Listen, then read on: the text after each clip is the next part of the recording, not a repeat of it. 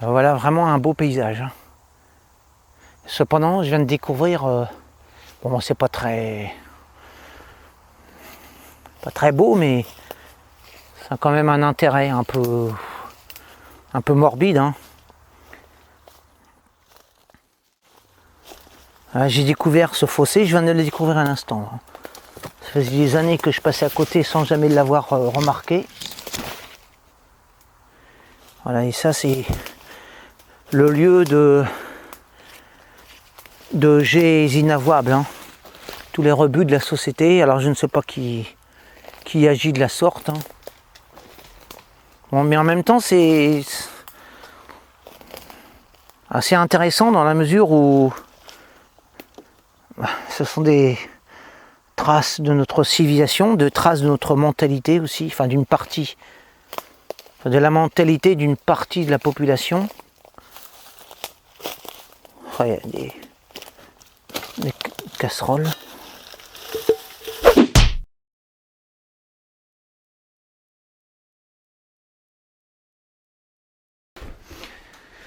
À Clinchamp, les rêves des villageois sont brefs, lourds, pragmatiques.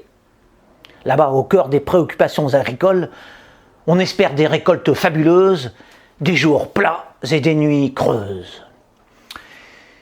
Les tempêtes d'artifice des dimanches festifs et les tambours des chœurs en joie, ah c'est bien beau, hein, mais ce n'est guère rentable. Aussi mauvais pour la paix des hommes que pour la pérennité du sillon. Une pure perte de temps, un vrai gaspillage d'énergie et des dépenses bien futiles. Ah, ce n'est pas en dansant dans les champs qu'on les fait germer, mais en s'y échinant du matin au soir. Bref, il faut attendre de la population locale peu de pensées et beaucoup d'actes. Il en va de l'avenir économique de cette contrée ensevelie dans l'indifférence générale. Les habitants de ce village enfoui sous les ronces de l'ennui ne sont pas des rigolos, mais des adeptes du boulot. Pas des rêveurs, mais des trimeurs. Pas des poètes, mais des réalistes avec les pieds bien enfoncés dans le concret. Certes, il s'en passe des choses dans ce trou du fin fond de la Haute-Marne, derrière le voile trompeur du quotidien, et de belles encore. Sauf que les hôtes de ces terres ternes ont l'esprit trop éloigné de toutes ces merveilles pour les voir, collés à leurs sabots pour leur dire en vérité. Les gens de ce pays oublié, engloutis dans les brumes des journées ordinaires, disparus dans des horizons sans nom, rendus invisibles à force de se fondre avec les platitudes de la vie, sont pourtant proches de ces légèretés pleines d'éclat.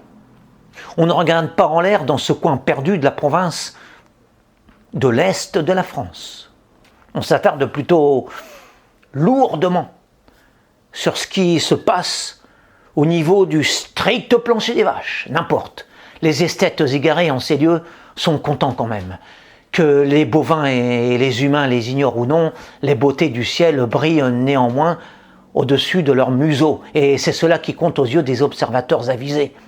Sentir le subtil azur sous les plus grossières allures, percevoir des fines étoiles sous les trognes les plus brutes, découvrir du bleu là où l'on ne trouve au premier abord que du fumier aux vapeurs triviales. C'est précisément cela qui m'enchante, dans ce royaume aux mille pesanteurs. Même les fumées sombres et malodorantes qui en sortent sont comme de vagues songes de l'aube, teintés de clarté céleste. C'était mon 61e texte sur Clinchamp.